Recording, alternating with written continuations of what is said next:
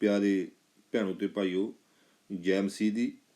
अज परमेश्वर दा आत्मा, पवित्र आत्मा मेरे थरू सब दे नाल गल करनी चाहुंदा है, लेकिन खास करके उन्हां लोकां दे नाल जिन्हां ने हाले तक सच्चाई नूं नहीं जाणिया, प्रभु यसू नूं नहीं जाणिया।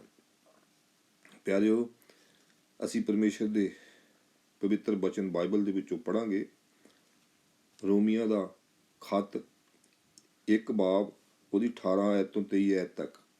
रोमिया दी पत्री 1 अध्याय 18 ਐਤ ਤੋਂ 23 तक लिखिया है, ਜਿਹੜੇ ਮਨੁੱਖ ਸਚਾਈ ਨੂੰ ਕੁਧਰਮ ਨਾਲ ਦਵਾਈ ਰੱਖਦੇ ਹਨ, ਉਹਨਾਂ ਦੀ ਸਾਰੀ ਬੇਦੀਨੀ ਅਤੇ ਕੁਧਰਮ ਉੱਤੇ ਪਰਮੇਸ਼ਰ ਦਾ ਕ੍ਰੋਧ ਤਾਂ ਆਕਾਸ਼ੋਂ ਪ੍ਰਗਟ ਹੋਇਆ।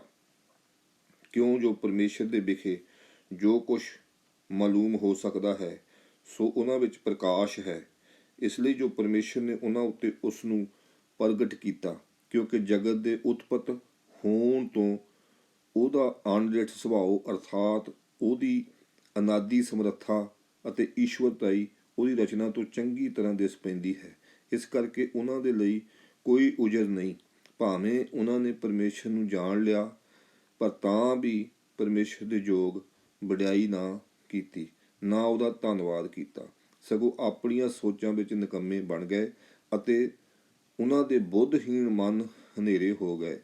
ਉਹ ਆਪਣੇ ਆਪ ਨੂੰ ਬੁੱਧਵਾਨ ਮੰਨ ਕੇ ਮੂਰਖ ਬਣ ਗਏ ਅਤੇ ਅਬਨਾਸ਼ੀ ਪਰਮੇਸ਼ਰ ਦੇ ਪ੍ਰਤਾਪ ਨੂੰ ਨਾਸ਼ਵਾਨ ਮਨੁੱਖ ਅਤੇ ਪੰਛੀਆਂ ਅਤੇ ਚੌਪਾਇਆਂ ਅਤੇ ਘਿਸੜਨ ਵਾਲੇ ਜੀਵ ਜੰਤੂ ਦੇ ਰੂਪ ਦੀ ਮੂਰਤ ਨਾਲ ਵਟਾ ਦਿੱਤਾ।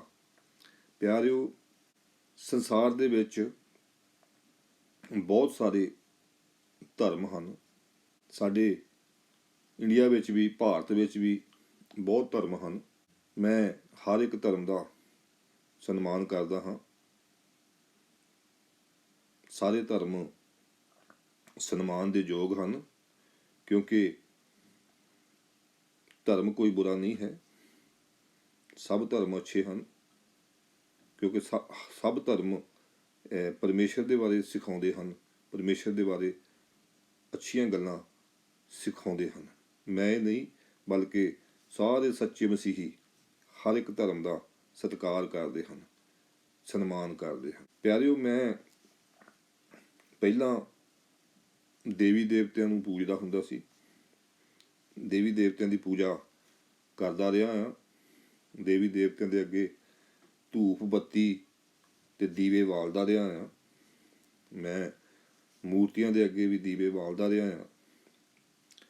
ਇਸ ਲਈ ਮੈਨੂੰ ਪਤਾ ਹੈ ਕਿ ਸਾਡੇ ਭਾਰਤ ਦੇ ਵਿੱਚ 33 ਕਰੋੜ ਦੇਵੀ ਦੇਵਤੇ ਹਨ, ਉਹਨਾਂ ਦੀਆਂ ਮੂਰਤੀਆਂ ਹਨ। ਮੈਂ ਕਿਸੇ ਨੂੰ ਮਾੜਾ ਨਹੀਂ ਕਹਿੰਦਾ,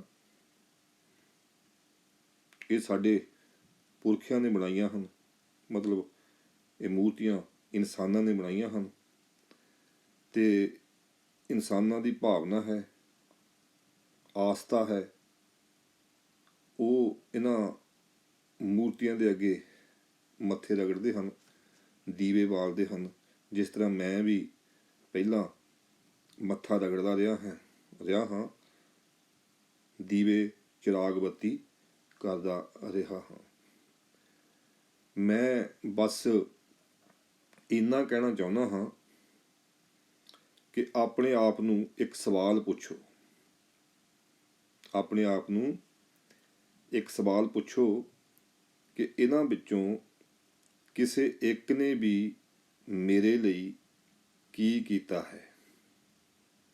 ਤੁਸੀਂ ਆਪਣੇ ਆਪ ਨੂੰ ਸਵਾਲ ਪੁੱਛਣਾ ਹੈ ਵੀ ਮੇਰੇ ਲਈ, ਵੀ ਮੇਰੇ ਲਈ ਕਿਸੇ ਨੇ ਕੀ ਕੀਤਾ ਹੈ। ਹਰ ਇੱਕ ਧਰਮ ਗ੍ਰੰਥ ਉਠਾ ਕੇ ਦੇਖ ਲਓ, ਹਰ ਇੱਕ ਧਰਮ ਦਾ ਤੁਸੀਂ ਗ੍ਰੰਥ ਉਠਾ ਕੇ ਦੇਖੋ, ਕਿਸੇ ਵੀ ਗੁਰੂ ਪੀਰ ਨੇ, ਜਿੰਨੇ ਵੀ ਗੁਰੂ ਹੋਏ ਹਨ, ਪੀਰ ਹੋਏ ਹਨ, ਪੈਗੰਬਰ ਹੋਏ ਹਨ,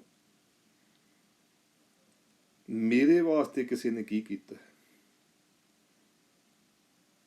ਆਪਣੇ ਆਪ ਨੂੰ ਇਹ ਸਵਾਲ ਪੁੱਛੋ ਵੀ ਮੇਰੇ ਵਾਸਤੇ ਇਹਨਾਂ ਸਭ ਦੇ ਵਿੱਚੋਂ ਕਿਸੇ ਨੇ ਕੀ ਕੀਤਾ ਹੈ। ਠੀਕ ਹੈ, ਇਹ ਆਏ ਹਨ, ਪਰਮੇਸ਼ਰ ਦੇ ਬਾਰੇ ਲੋਕਾਂ ਨੂੰ ਦੱਸਿਆ ਹੈ, ਅੱਛੀਆਂ ਗੱਲਾਂ ਸਿਖਾਈਆਂ, ਪਾਪ ਦੇ ਬਾਰੇ ਦੱਸਿਆ, ਗੁਨਾਹ ਦੇ ਬਾਰੇ ਦੱਸਿਆ ਕਿ ਪਾਪ ਨਾ ਕਰੋ, ਗੁਨਾਹ ਨਾ ਕਰੋ, ਹੈ ਨਾ। ਯਾਨੀ ਮੈਨੂੰ ਕੇਵਲ ਰਾਹ ਦੱਸਿਆ, ਇਹਨਾਂ ਸਭ ਨੇ ਰਾਹ ਦੱਸਿਆ ਹੈ, ਪਰ ਮੇਰੇ ਵਾਸਤੇ ਕੀਤਾ ਕੀ ਹੈ, ਮੇਰੇ ਵਾਸਤੇ ਕੀਤਾ ਕੀ ਹੈ। ਸਭ ਧਰਮਾਂ ਦੇ ਗ੍ਰੰਥਾਂ ਵਿੱਚ ਇਹ ਹੀ ਦੱਸਿਆ ਗਿਆ ਹੈ ਕਿ ਇੱਕ ਪਰਮੇਸ਼ਰ ਹੈ। ਸਾਰਿਆਂ ਨੇ ਕਿਹਾ ਹੈ ਕਿ ਪਰਮੇਸ਼ਰ ਇੱਕ ਹੈ। ਸਾਰੇ ਧਰਮ ਗ੍ਰੰਥ ਇਹ ਤਾਂ ਦੱਸਦੇ ਹਨ ਕਿ ਪਰਮੇਸ਼ਰ ਕੇਵਲ ਇੱਕ ਹੀ ਹੈ। ਸਾਰੇ ਧਰਮ ਗ੍ਰੰਥ ਇਹ ਵੀ ਦੱਸਦੇ ਹਨ ਕਿ ਇਨਸਾਨ ਪਾਪੀ ਹੈ, ਗੁਨਾਹਗਾਰ ਹੈ। ਧਰਤੀ ਉੱਤੇ ਕੋਈ ਐਸਾ ਇਨਸਾਨ ਨਹੀਂ ਹੈ ਜਿਸ ਨੇ ਪਾਪ ਨਹੀਂ ਕੀਤਾ। ਸਾਰੇ ਧਰਮ ਗ੍ਰੰਥ ਇਹ ਵੀ ਦੱਸਦੇ ਹਨ ਕਿ ਪਾਪ ਦੇ ਕਾਰਨ, ਗੁਨਾਹ ਦੇ ਕਾਰਨ ਇਨਸਾਨ ਨੇ ਨਰਕ ਵਿੱਚ ਚਲੇ ਜਾਣਾ ਹੈ। ਇਸ ਲਈ ਪਾਪ ਨਾ ਕਰੋ, ਗੁਨਾਹ ਨਾ ਕਰੋ, ਇਹ ਦੱਸਦੇ ਹਨ। ਆਪਣੇ ਆਪ ਕੋਲੋਂ ਪੁੱਛੋ ਕਿ ਕੀ ਕਿਸੇ ਧਰਮ ਗ੍ਰੰਥ ਨੇ ਇਹ ਦੱਸਿਆ ਹੈ ਕਿ ਦੇਵੀ ਦੇਵਤਿਆਂ ਨੇ, ਮੂਰਤੀਆਂ ਨੇ, ਗੁਰੂ ਪੀਰਾਂ ਨੇ ਮੇਰੇ ਪਾਪਾਂ ਲਈ ਕੁਝ ਕੀਤਾ ਹੈ? ਕੋਈ ਧਰਮ ਗ੍ਰੰਥ ਇਹ ਦੱਸਦਾ ਹੈ? ਆਪਣੇ ਆਪ ਤੋਂ ਪੁੱਛੋ, ਕਿਸੇ ਵੀ ਧਰਮ ਗ੍ਰੰਥ ਨੇ ਇਹ ਦੱਸਿਆ ਹੈ ਕਿ ਜਿੰਨੇ ਵੀ ਦੇਵੀ ਦੇਵਤੇ ਹੋਏ ਹਨ, ਉਹਨਾਂ ਦੀਆਂ ਮੂਰਤੀਆਂ ਹਨ, ਗੁਰੂ ਪੀਰ ਹੋਏ ਹਨ, ਉਹਨਾਂ ਵਿੱਚੋਂ ਕਿਸੇ ਨੇ ਵੀ ਮੇਰੇ ਪਾਪਾਂ ਲਈ ਕੁਝ ਕੀਤਾ? ਜੇ ਸਾਨੂੰ ਇਹ ਗਿਆਨ ਹੀ ਨਹੀਂ ਹੈ ਕਿ ਮੇਰੇ ਲਈ ਕਿਸੇ ਨੇ ਕੀ ਕੀਤਾ ਹੈ, ਤਾਂ ਫਿਰ ਤਦ ਤਾਂ ਅਸੀਂ ਹਨੇਰੇ ਵਿੱਚ ਹਾਂ, ਤੇ ਹਨੇਰੇ ਵਿੱਚ ਦਿਖਾਈ ਨਹੀਂ ਦਿੰਦਾ।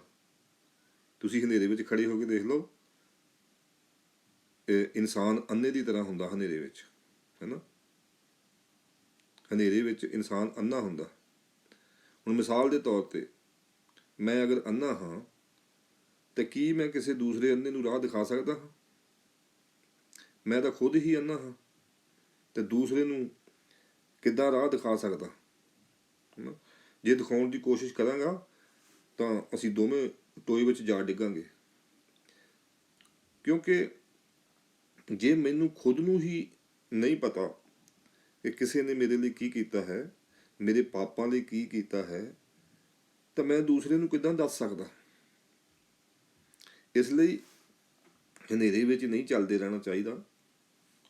ਖੋਜ ਕਰਨੀ ਚਾਹੀਦੀ ਹੈ, ਪੜਤਾਲ ਕਰਨੀ ਚਾਹੀਦੀ ਹੈ ਕਿ ਐਨੇ ਦੇਵੀ ਦੇਵਤਿਆਂ ਵਿੱਚੋਂ, ਗੁਰੂ ਪੀਰਾਂ ਦੇ ਵਿੱਚੋਂ ਮੇਰੇ ਲਈ ਵੀ ਕਿਸੇ ਨੇ ਕੁਛ ਕੀਤਾ ਹੈ? ਮੇਰੇ ਲਈ ਮੈਂ ਪਾਪੀ ਹਾਂ, ਮੈਂ ਗੁਨਾਹਗਾਰ ਹਾਂ, ਪਾਪਾਂ ਦੀ ਵਜ੍ਹਾ ਤੋਂ, ਗੁਨਾਹਾਂ ਦੀ ਵਜ੍ਹਾ ਤੋਂ ਨਰਕ ਵਿੱਚ ਚਲਿਆ ਜਾਵਾਂਗਾ।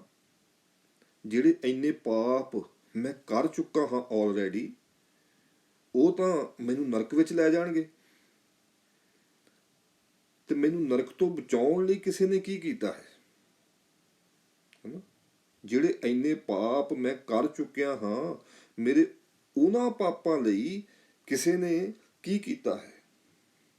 ਪਿਆਰਿਓ, ਇਸ ਸਵਾਲ ਦਾ ਜਵਾਬ ਲੱਭੋ। ਇਹ ਜਵਾਬ ਲੱਭਣਾ ਬਹੁਤ ਜ਼ਰੂਰੀ ਹੈ।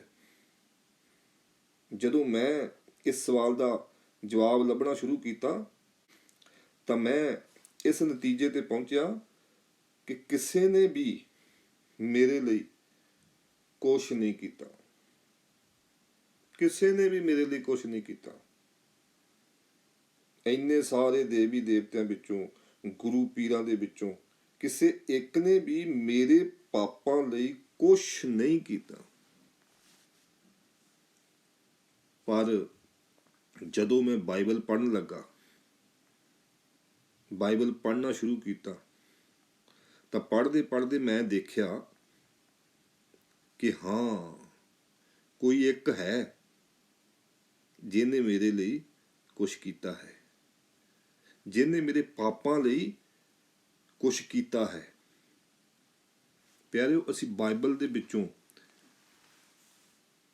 ਰੋਮੀਆਂ ਦੀ ਪਤਰੀ ਵਿੱਚੋਂ, ਰੋਮੀਆਂ ਦੇ ਖੱਤ ਵਿੱਚੋਂ 5 ਬਾਬ ਉਹਦੀ 8 ਆਇਤ ਪੜਾਂਗੇ। 5 ਬਾਬ ਬਲਕਿ ਉਹਦੀ 7-8 ਪੜਾਂਗੇ, 7 ਵੀ ਤੇ 8 ਵੀ ਪੜਾਂਗੇ। ਰੋਮੀਆਂ ਦੀ ਪਤਰੀ 5 ਅਧਿਆਏ 7-8 ਬਚਨ। ਇੱਥੇ ਲਿਖਿਆ ਹੈ, ਇਹ ਗੱਲ ਤਾਂ ਔਖੀ ਹੈ ਜੋ ਧਰਮੀ ਦੇ ਲਈ ਕੋਈ ਮਰੇ, ਪਰ ਕੀ ਜਾਣੀਏ ਜੋ ਭਲੇ ਮਨੁੱਖ ਦੇ ਲਈ ਕੋਈ ਮਰਨ ਨੂੰ ਵੀ ਤਿਆਰ ਹੋ ਜਾਵੇ। ਪਰ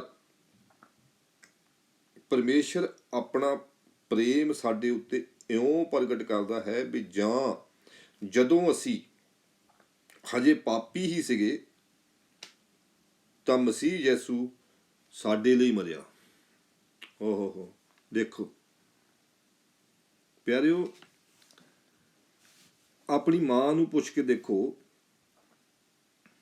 ਕਿ ਕੀ ਉਹ ਮੇਰੇ ਪਾਪਾਂ ਦੀ ਸਜ਼ਾ ਭੁਗਤ ਸਕਦੀ ਹੈ? ਆਪਣੇ ਉੱਤੇ ਲੈ ਕੇ ਮੇਰੇ ਪਾਪਾਂ ਦੀ ਸਜ਼ਾ ਭੁਗਤ ਸਕਦੀ ਹੈ? ਆਪਣੇ ਪਿਤਾ ਨੂੰ ਪੁੱਛੋ ਕਿ ਉਹ ਮੇਰੇ ਪਾਪਾਂ ਦੀ ਸਜ਼ਾ ਭੁਗਤ ਸਕਦਾ ਹੈ? ਆਪਣੇ ਭੈਣਾਂ ਨੂੰ, ਭਾਈਆਂ ਨੂੰ ਪੁੱਛੋ ਕਿ ਉਹ ਮੇਰੇ ਪਾਪਾਂ ਦੀ ਸਜ਼ਾ ਭੁਗਤ ਸਕਦੇ ਹਨ? ਆਪਣੇ ਰਿਸ਼ਤੇਦਾਰਾਂ ਨੂੰ ਪੁੱਛੋ ਕਿ ਉਹ ਮੇਰੇ ਪਾਪਾਂ ਦੀ ਸਜ਼ਾ ਭੁਗਤ ਸਕਦੇ ਹਨ? ਆਪਣੇ ਕਿਸੇ ਸਿਖਾਉਣ ਵਾਲੇ ਨੂੰ ਪੁੱਛੋ ਕਿ ਉਹ ਮੇਰੇ ਪਾਪਾਂ ਦੀ ਸਜ਼ਾ ਭੁਗਤ ਸਕਦਾ ਹੈ? ਪਿਆਰਿਓ, ਤੁਹਾਡਾ ਕੋਈ ਵੀ ਸਿਖਾਉਣ ਵਾਲਾ ਹੈ, ਤੁਹਾਨੂੰ ਕਿਸੇ ਧਰਮ ਦੇ ਬਾਰੇ ਸਿੱਖਿਆ ਦੇਣ ਵਾਲਾ ਹੈ, ਤੁਹਾਨੂੰ ਕਿਸੇ ਗ੍ਰੰਥ ਬਾਰੇ ਸਿੱਖਿਆ ਦੇਣ ਵਾਲਾ ਹੈ, ਉਹਨੂੰ ਪੁੱਛ ਕੇ ਦੇਖੋ। ਉਹਨੂੰ ਪੁੱਛੋ ਕਿ ਤੂੰ ਮੇਰੇ ਪਾਪਾਂ ਲਈ ਮਰ ਸਕਦਾ ਹੈ? ਆਪਣੀ ਜਾਨ ਮੇਰੇ ਪਾਪਾਂ ਲਈ ਦੇ ਸਕਦਾ ਹੈ? ਮੇਰੇ ਪਾਪਾਂ ਦੀ ਸਜ਼ਾ ਭੁਗਤਣ ਦੇ ਲਈ ਤੂੰ ਤਿਆਰ ਹੈ? ਉਹਨੂੰ ਇਹ ਸਵਾਲ ਕਰੋ, ਪੁੱਛੋ।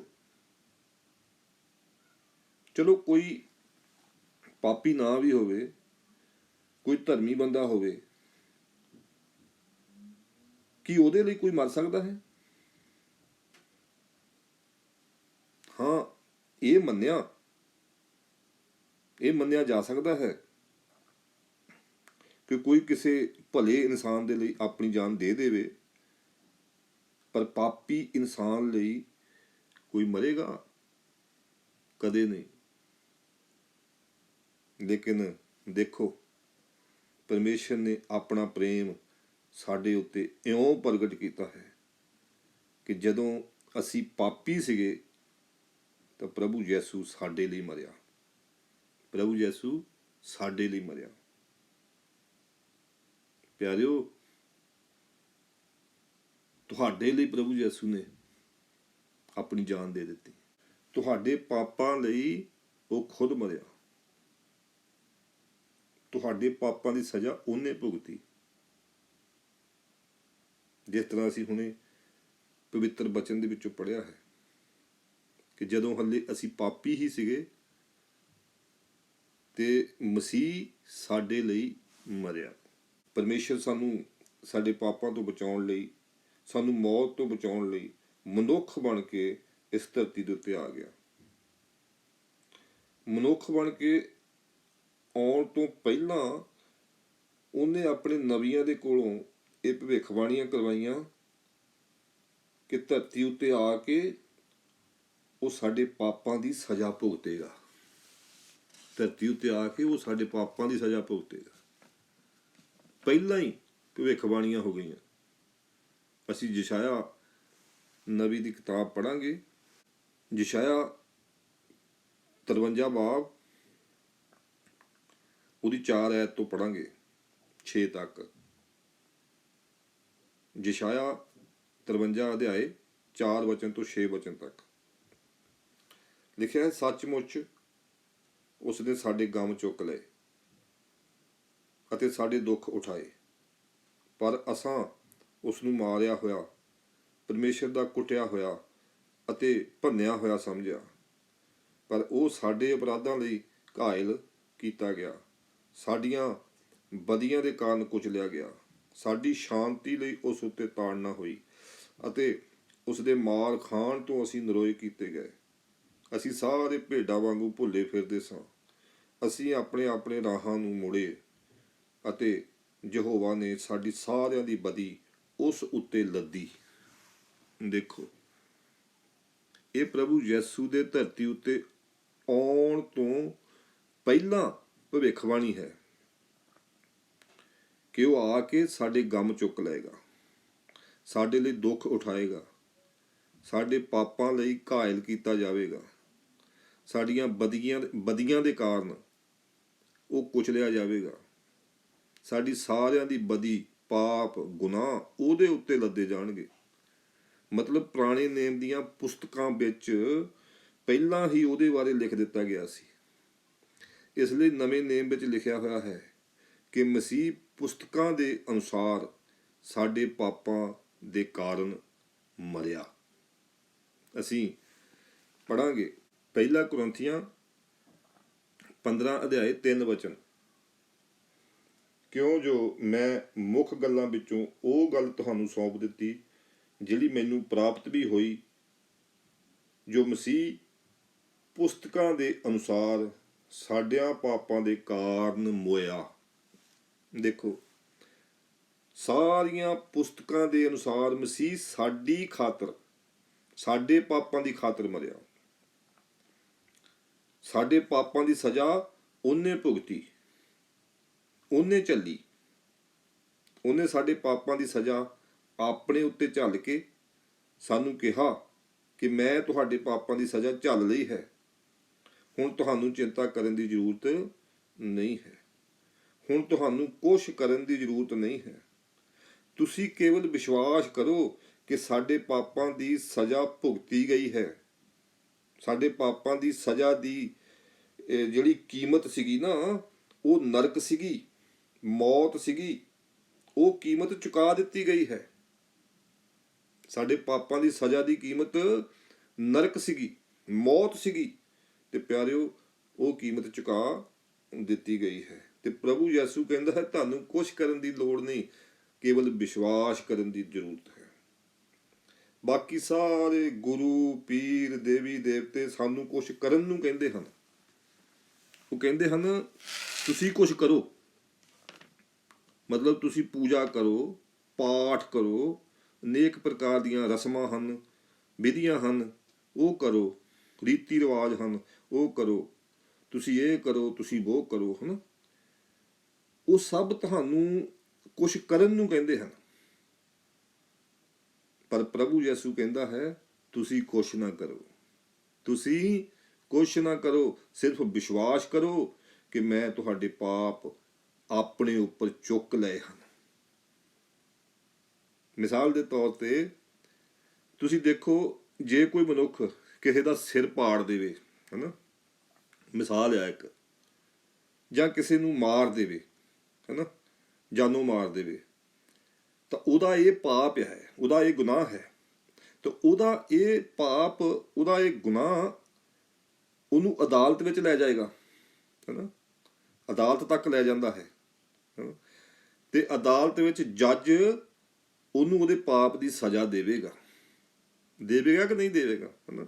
ਪਰ ਜੇ ਉਹਦਾ ਇਹ ਪਾਪ ਜਿਹੜਾ ਹੈ ਕੋਈ ਹੋਰ ਮਨੁੱਖ ਆਪਣੇ ਉੱਤੇ ਲੈ ਲਵੇ, ਕੋਈ ਹੋਰ ਮਨੁੱਖ ਉਹਦਾ ਇਹ ਪਾਪ ਆਪਣੇ ਉੱਤੇ ਲੈ ਲਵੇ ਕਿ ਨਹੀਂ ਨਹੀਂ ਨਹੀਂ ਨਹੀਂ ਫਲਾਣੇ ਮਨੁੱਖ ਨੂੰ ਇਹਨੇ ਨਹੀਂ ਮੈਂ ਮਾਰਿਆ, ਹੈ ਨਾ, ਤਾਂ ਫਿਰ ਅਦਾਲਤ ਵਿੱਚ ਜੱਜ ਕਿਹਨੂੰ ਸਜ਼ਾ ਦੇਵੇਗਾ? ਉਹਨੂੰ ਸਜ਼ਾ ਦੇਵੇਗਾ ਜਿਹਨੇ ਪਾਪ ਆਪਣੇ ਉੱਤੇ ਲੈ ਲਿਆ। ਮੇਰੇ ਪਿਆਰਿਓ, ਤੇ ਬਿਲਕੁਲ ਇਸੇ ਤਰ੍ਹਾਂ ਪ੍ਰਭੂ ਯਿਸੂ ਨੇ ਸਾਡੇ ਸਾਰੇ ਪਾਪ ਜਦੋਂ ਆਪਣੇ ਉੱਤੇ ਲੈ ਲਏ ਤਾਂ ਉਹਨਾਂ ਪਾਪਾਂ ਦੀ ਸਜ਼ਾ ਵੀ ਉਹਨੂੰ ਭੁਗਤਣੀ ਪਈ, ਉਹਨੂੰ ਹੀ ਭੁਗਤਣੀ ਪਈ। ਸੋ ਉਹ ਕਹਿੰਦਾ ਹੈ ਤੁਸੀਂ ਕੁਛ ਨਾ ਕਰੋ, ਕੇਵਲ ਵਿਸ਼ਵਾਸ ਕਰੋ ਕਿ ਤੁਹਾਡੇ ਪਾਪਾਂ ਦੀ ਸਜ਼ਾ ਭੁਗਤੀ ਗਈ ਹੈ। ਹਾਲੇਲੂਇਆ। ਪਿਆਰਿਓ, ਅਸੀਂ ਪਵਿੱਤਰ ਬਾਈਬਲ ਦੇ ਵਿੱਚੋਂ ਇੱਕ ਬਚਨ ਹੋਰ ਪੜਾਂਗੇ। यूहन्ना ਦੀ ਅੰਜੀਲ 3 ਬਾਬ ਉਹਦੀ 16 ਆਇਤ। यूहन्ना ਦੀ ਅੰਜੀਲ 3 ਅਧਿਆਏ 16 ਬਚਨ ਲਿਖਿਆ ਹੈ, ਕਿਉਂਕਿ ਪਰਮੇਸ਼ਰ ਨੇ ਜਗਤ ਨੂੰ ਅਜਿਹਾ ਪਿਆਰ ਕੀਤਾ ਜੋ ਉਹਨੇ ਆਪਣਾ ਇਕਲੌਤਾ ਪੁੱਤਰ ਬਖਸ਼ ਦਿੱਤਾ, ਤਾਂ ਜੋ ਹਰੇਕ ਜੋ ਉਸ ਉੱਤੇ ਨਿਹਚਾ ਕਰੇ ਨਾਸ਼ ਨਾ ਹੋਵੇ ਪਰ ਸਦੀਪਕ ਜੀਵਨ ਪਾਵੇ।